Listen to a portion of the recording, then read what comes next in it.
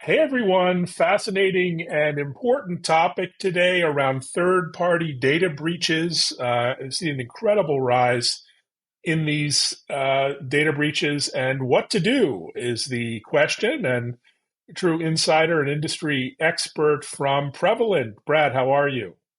Great, Evan. It's great to be here. Thank you. Great to have you here. Hopefully, Canadian summer is on its way, as it is here in Boston. But we'll talk about the weather later. Maybe introduce yourself, your role at Prevalent, and kind of the mission in the cybersecurity space. Yeah, thanks. Yeah, so my name is Brad Hibbert. I came to Prevalent about 5 years ago. I have a background in security and compliance and so forth. I started out more on the development side of things and then transitioned onto the vendor and business side about 20 years ago.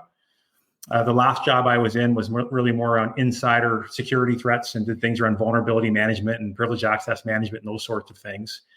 And along that journey, we started seeing companies struggle, not just with their internal sort of perimeters or perimeters in security and so forth, but also the CISOs we were talking to were having a very hard time understanding the risks that they were being exposed to through the third-party relationships.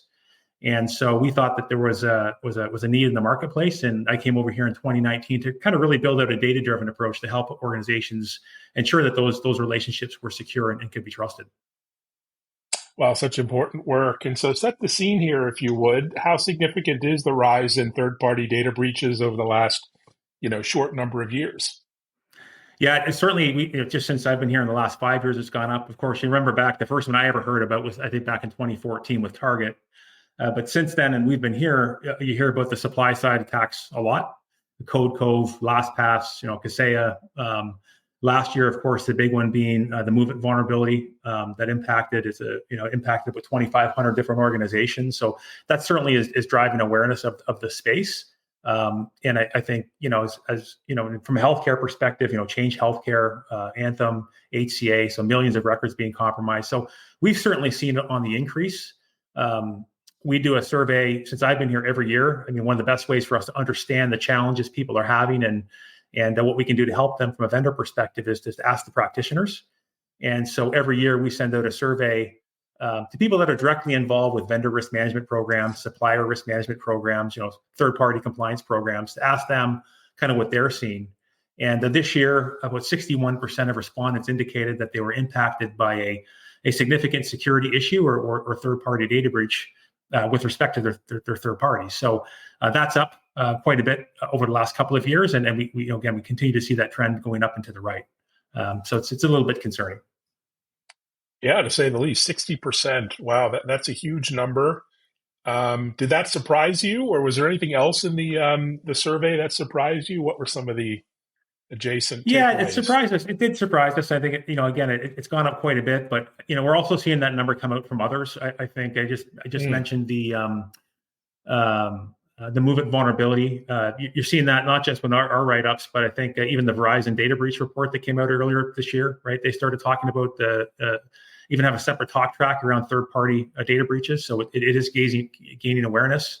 Gartner did a report back in December that talked about people spending more time, more money, more budget on third-party risk management, but in their survey it was 45%. So we're seeing it up across the board from a data breach perspective. I think the other things that we thought were pretty interesting was although people realize that this is a challenge, and as you know, when you deal with third parties, you have different phases of that relationship. So from onboarding to offboarding, and different teams interact with those third parties. And so what we found, what was interesting, was that organizations are spending a lot of time identifying the risks at every phase of that vendor relationship across those teams. But there's a gap between risk identification and risk remediation. So there's just a lot of risk being left on the table that we thought was pretty concerning. There's a number of reasons why that's the case, but that certainly is leaving a lot of companies more exposed than we think is appropriate or certainly not desired. Absolutely. Are there certain industries that are more prone or affected by third-party data breaches, and maybe why some industries or company types are more vulnerable? Yeah, we certainly those that have kind of the digital areas, right? So those that they're storing a lot of kind of highly sensitive information or kind of high impact data sets. So certainly Again, you think about the regulated industries are the ones that we see the most in. Financial healthcare is a big one for us as well. Retail and so forth. So, for us, it's really a kind of a horizontal play that the cyber the criminals are going after, but it's usually those highly digitized industries. Yeah, which includes healthcare, which has been just Healthcare, 100%. Yeah. We work a lot with the HISAC to help with that. We've actually co-authored the HISAC questionnaire with that community to help them identify the risks that could put their clients and their patients at risk. So identifying the risk and taking action. Any thoughts on best practices besides engaging your help? Any tips or tricks or baby steps toward improving their third-party risk management? Yeah, we've been doing this for a long time, and I think the study itself certainly gets into a lot more detail. But again, we continue to see common themes throughout the years, and I'll say it comes back to the 3 Ps. I mean, it's process. I mean, I think, as I mentioned, we're seeing a lot of people spending more time, money, and effort on third-party risk management, but they're still struggling. And I think a lot of that is just the amount of native tools that they're using, spreadsheets and manual processes that they're using, these fragmented processes of different teams kind of working on things with their lens on, but not coordinating across those different teams. And so I think the first P would be around process. I think, if organizations could take a step back and not look at things so tactically, but take a more holistic approach to third-party risk management and kind of bring together that cross-functional team from procurement to compliance to information security and so on, and think about the needs of all those different teams and how they're going to collaborate better together to share information and make better risk-based decisions across that third-party relationship from onboarding to offboarding. That's certainly one approach, and we have a bunch of recommendations on roles and responsibilities and accountability and so on to help with that. But taking a more unified process approach is the first P. And again, it's much more detail we could get into on that. Related to that, I think the other thing that we see, the second P, would be around a platform. I think many organizations, when they approach third-party risk management, they kind of take the old whack-a-mole approach, right? So it's I'm in IT, I'm going to buy a product for cyber scoring. I'm in finance, I'm going to buy a product for credit scoring. And so different people are buying these different technologies, but they're all islands of information, right? And there's no sharing of data across the life cycle. So you have information loss, you have gaps in risk visibility, and so on. So I think kind of getting a platform to kind of pull things together and take a more data-driven approach to third-party risk management, so the teams could actually come together and collaborate. And not rely so much on stringing together emails and manual spreadsheets and stuff being kind of sent back and forth with emails. So I think thinking about it from a platform perspective and the different needs across the organization would be the second P of that equation. And then I think the third P, and again, a lot more information on the website about this, I'm just trying to keep it a bit high level, would be around the people. I mean, for us, I'm in the third-party risk management space, and to me, that's the most important thing everyone should be working on 24 hours a day. But, of course, we realize that teams are just stressed, right? There's a lot going on, a lot of different projects, and so teams are trying to do more with less all the time. And so, one of the things we are finding is that with manual processes and efficiency, is that teams just can't get the programs to scale where they want them. And so, in our survey, the average number of respondents have about 3,000 third parties that they need to manage, that they rely on each and every day. But the programs, because they don't have enough people, they can only get visibility over about a third of those. And so from a people perspective, what we say is, try to automate as much as you can, ditch the spreadsheets, try to get into more automation, things that can dynamically keep up with sort of that web of compliance mandates and so on that organizations are struggling to demonstrate adherence to. So try to automate as much of your playbook and your analysis as you can, leveraging not just standard automation, but leveraging AI as well. And of course, we're pushing customers to do things like natural language processing. When you're analyzing a third party for from a compliance and controls perspective, you're asking for verification or evidence, right? Policy files, certification files, and at the end of the day, someone or something needs to go through that to verify that things are being done correctly and there's no gaps. And so we think there's a significant opportunity there to leverage AI to help with people with that. And then, if once you apply that automation and AI and so on, if there's still stress in your program or bottlenecks, then don't be afraid to look at outsourcing or leveraging some partners that have experience kind of doing these programs, right? So to me, I think it comes down to those 3 Ps and kind of focusing on third-party risk management with discipline across the company. Oh, well said. And what's the role of continuous monitoring in this approach? So, Yeah. how do Well, you identify and mitigate these threats in real time?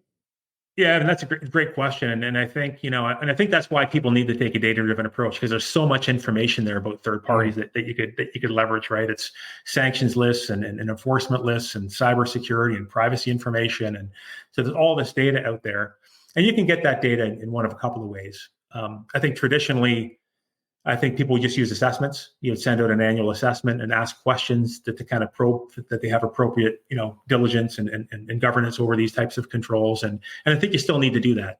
So you can't get everything by looking at the company from the outside. So I think you really do need to get in there, ask for the evidence, and try to automate that process. But I think as people try to move beyond the checkbox of compliance and really kind of directly address the concern around risk, I think that augmenting those point-in-time assessments with real-time monitoring to give you that 360-degree profile or risk profile of that third party that's constantly being updated is something certainly that we think that companies should do.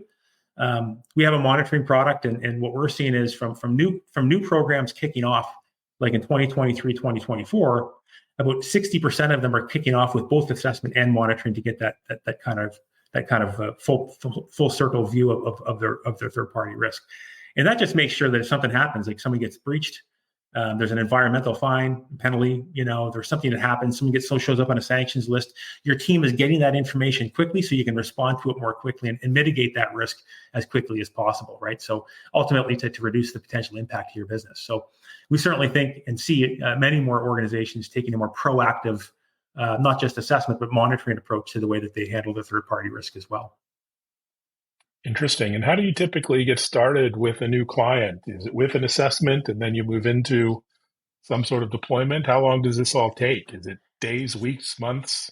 Yeah, it's a great question. Yeah, I mean, so one of the things that we do is, and we recommend for everybody, is not think about third-party risk management as a product. I mean, it's not going to solve all your issues. It's not a magic, kind of magic pill, but to think about it in terms of the program. And so when we talk to a company, we try to understand what's the scope of that program, right? What are the teams that are going to be involved?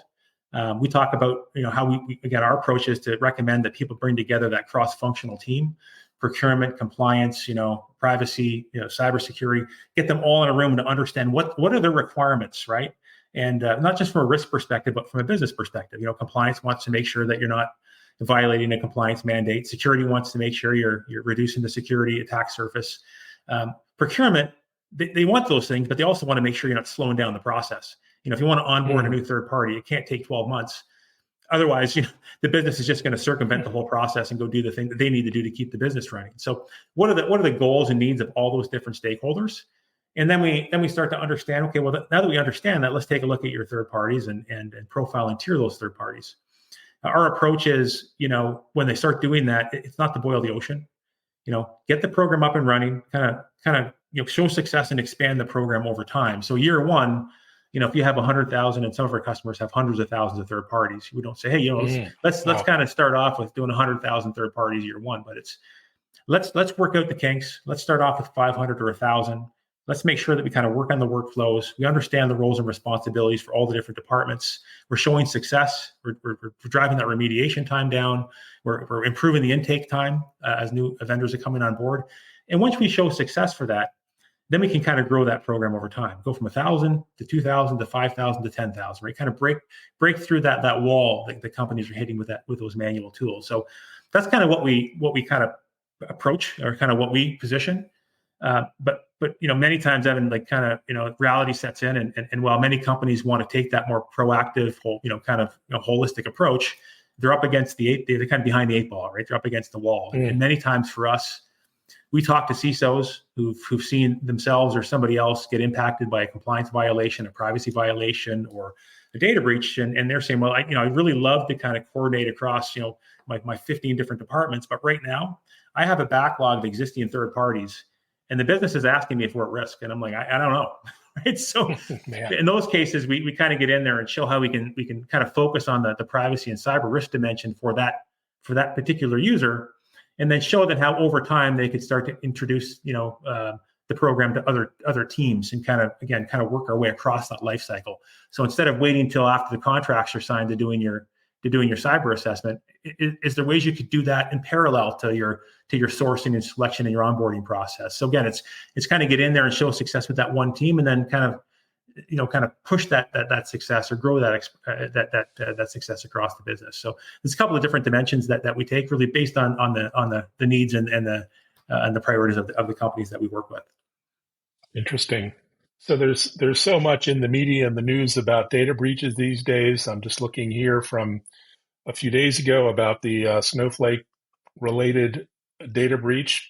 Potentially, I mean, there's a lot of darkness around these events, in terms of disclosure. No one really knows exactly what's going on.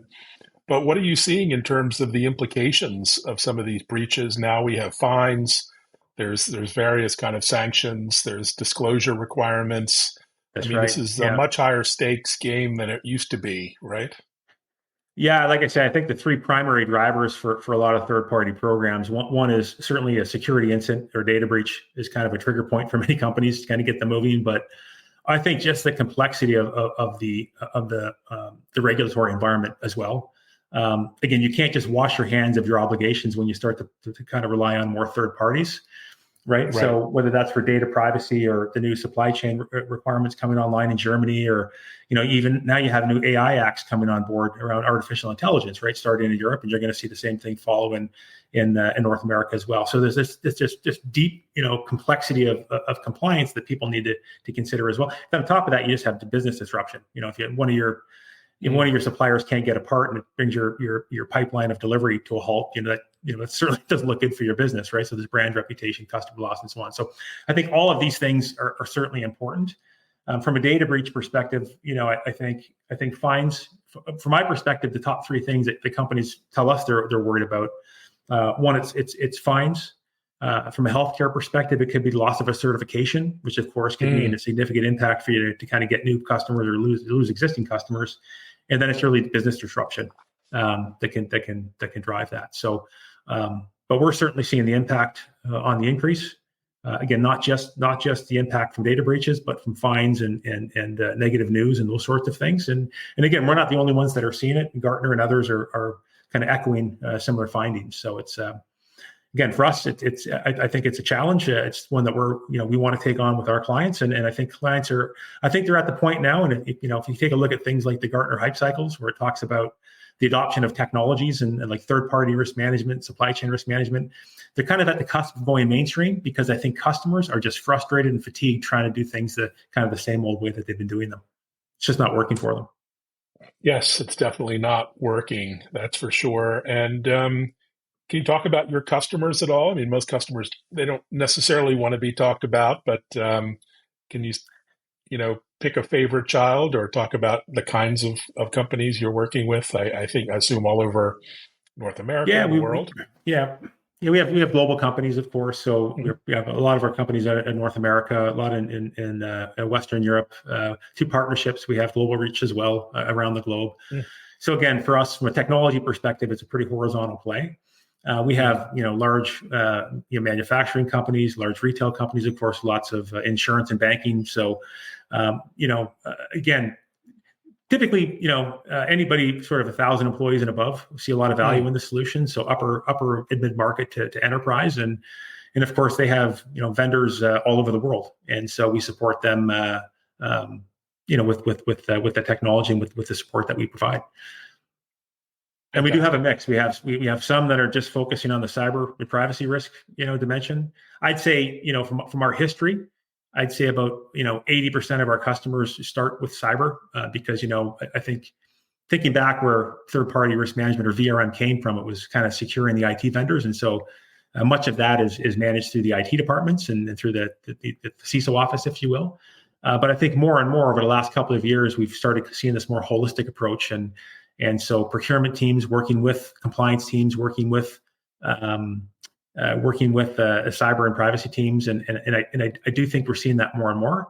But we're certainly seeing Europe leading the way for that, kind of taking this more holistic approach, and I think that is, it's really a result of or the effect of just the number of compliance regulations that they have over there around non-cyber, right? So business resilience and operational resilience, DORA, some of the other compliance mandates that I mentioned earlier. So we certainly see all shapes and sizes. It certainly is something that I think is impacting all industries. And again, I think people are continuing to struggle and trying to get ahead of this. Certainly, third parties is an attack vector from a cyber criminal perspective, but not just that. I do think people are trying to keep their heads above water with respect to these compliance and other regulations coming on board. Yeah, that's for sure. And in terms of the big direction you're headed, you mentioned AI. It sounds like AI and machine intelligence is going to play a huge role in the future of your platform. That's right. Thanks. Yeah, that's a great. Again, for us, as I mentioned, that third P was people and automation and so forth. And one of the areas around that we continue to press on is working with people to automate their risk playbooks and kind of make those more cognitive level decisions with human oversight, right? To help kind of offload the manual efforts there. We do send out a survey that also includes kind of where people are at with AI. I think this year, our respondents indicated that only about 5% are kind of actively using AI within their third-party risk programs today. I think that might be higher because, of course, a lot of people use machine learning and stuff behind the scenes and don't really think about that as cool AI anymore. They're thinking more in terms of generative AI and those sorts of things, right? But, about 5% indicated that they're actively using AI within the programs today. Just over 60% said they're examining the use cases of using AI to help kind of look through this large data lake, right, of all this risk information. And about 25% aren't even considering it just because their organizations don't have an AI policy yet. And so, again, one of the things that I would recommend for a lot of companies trying to get ahead of this AI risk is to work with their company on getting an AI policy out there. Because if you don't give directions to people, then you're going to see AI sprawl, like we saw the VM sprawl, where businesses are going to start adopting it, without the direction of the company. So we certainly think there's a lot of opportunity there, and we're investing quite heavily in that area.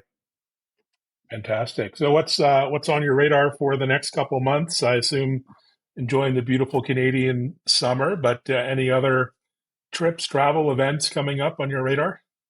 We're always talking to clients. So, I'm looking forward to getting out there and talking to some clients. I know it's tough sometimes, clients taking holidays as well, but I certainly love getting in front of some customers. We have a couple of marketing events where we bring customers together and talk about their challenges and those sorts of things. So doing a lot of those, and being up in Canada, I got a couple of months here to enjoy the summertime. So try to spend some time with the wife and kids. Yes. Okay. Exactly. Yeah. So that's it. So other than that, just living, breathing, everything third-party risk. Other than that, so I appreciate your enthusiasm and all the insight, and I encourage everyone to check out the third-party data breach report. Really great analysis and insight. I think it's free, just available on the website, if I'm correct. So people can pull it down. Yeah, thanks. And it's on the website, www.prevalent.net. And of course, it gets into a lot more detail than I did on the call today. A lot more smarter people kind of write those reports behind the scenes. So you can leverage some of that. And of course, there's other resources on the website you can enjoy as well. Thanks so much. Well, and congratulations on your success and the great work you're doing. Much needed help and support. Thanks so much, Brad. And thanks everyone for watching. Great. Thank you so much for having me on the show. Have a great day. Thanks. Bye.